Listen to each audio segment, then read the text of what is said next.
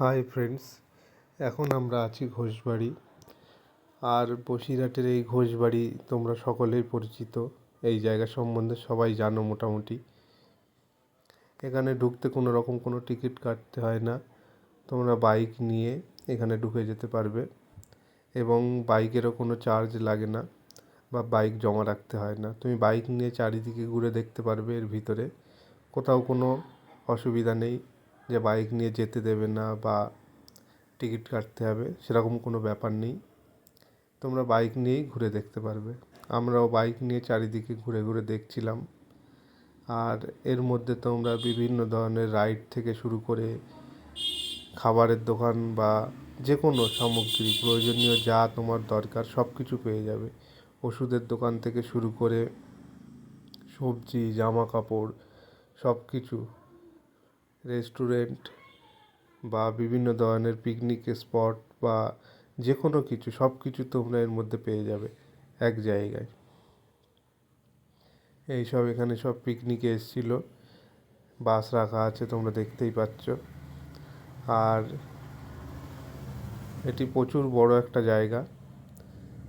তোমরা পুরোপুরি না ঘুরলে বুঝতে পারবে না যে এর মধ্যে কত সুন্দর সুন্দর জায়গা আছে বা কত কী করা আছে। এর আগে যখন আমরা এখানে এসেছিলাম তখন এটা তৈরি হয়নি, এটা নতুন হয়েছে, যার জন্য এখানে আমরা 30 টাকা দিয়ে টিকিট কেটে ঢুকে গেলাম। আর ভিতরে কি আছে গিয়েই দেখা যাক, তোমরাও দেখো। এইখানে রাখা আছে কিভাবে মমি তৈরি করা হয় এবং তারই সব সরঞ্জাম রাখা আছে। এটা ঘুরে ঘুরে দেখতে হবে, তোমরা দেখো। এই সম্বন্ধে আমি অত কিছু জানি না, যার জন্যে বেশি কিছু বলতে চাই না। তোমরা জাস্ট দেখো কত সুন্দরভাবে এই জায়গাটি সাজিয়েছে, তৈরি করেছে।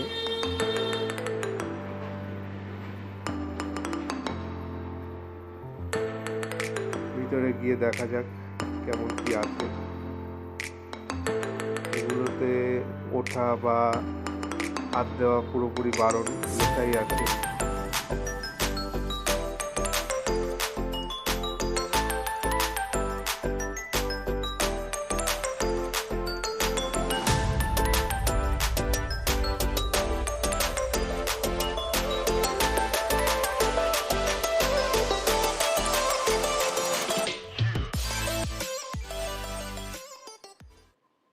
এগুলো মিশরীয় সভ্যতার দেবতা, এক একটা নাম জানি না, এখানে লেখা ছিল, তোমরা আসলে দেখতে পাবে।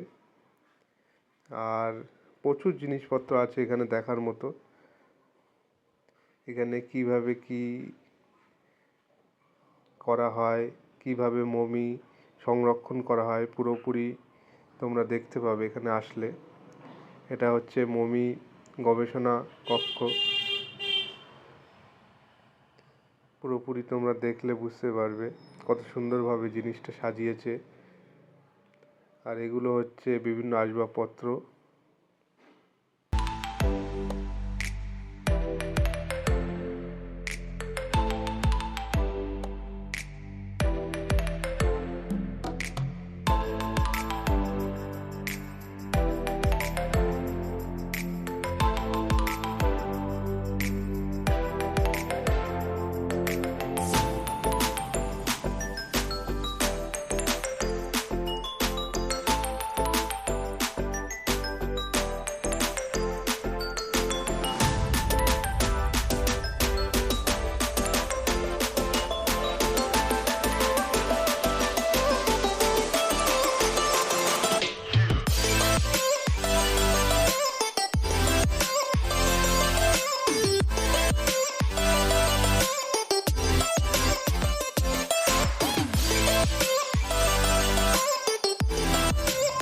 এখান থেকে আমরা এবার বেরিয়ে যাব এবং এখানে তোমরা দেখতে পাচ্ছ একটা লেক আছে, চাইলে তোমরা এখানে বোটিং করতে পারো।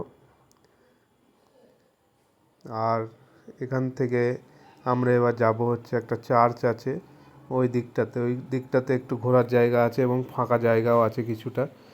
ওখানটায় লাইটিং হলে বেশ সন্ধ্যের দিকে ভালো লাগে। তো মোটামুটি অন্ধকার হয়ে এসেছে, যার জন্য আমরা এবার ওই দিকটাতে আস্তে আস্তে যাব। বাইক নিয়েই তোমরা যেতে পারবে, কোনো অসুবিধা নেই। ওখানে ঢোকার আগে বাইকটা সাইডে কোথাও রেখে তোমরা ওখানে ঢুকতে পারবে।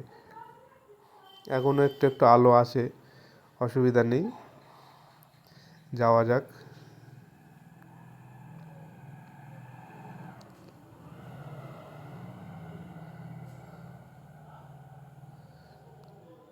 এই যে দেখতে পাচ্ছি এখানে কত সুন্দর লাইটিং করেছে, জায়গাটা কত সুন্দর লাগছে, এখানে সবাই ফটো তুলছে।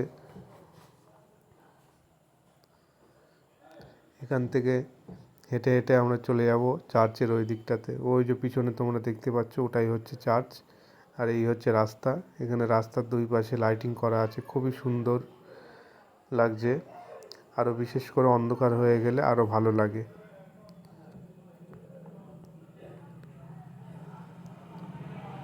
এই লাইটিংটা দেখার জন্যই আমরা আরও সন্ধ্যের দিকে আসলাম, যাতে জায়গাটা আরও বেশি সুন্দর লাগে।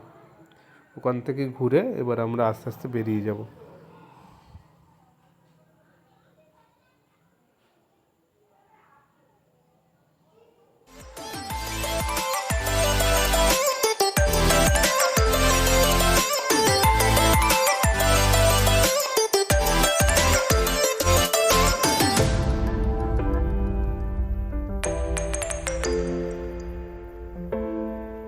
এখানেও মোটামুটি ভিড় আছে, এখানে সবসময়ই ভিড় থাকে, কারণ এখানে ঢুকতে তো কোনো প্রবেশ মূল্য লাগে না। আর এখানে সবসময় মানুষ পিকনিক বলো এমনি ঘুরতে সব সময় মানুষ আসে।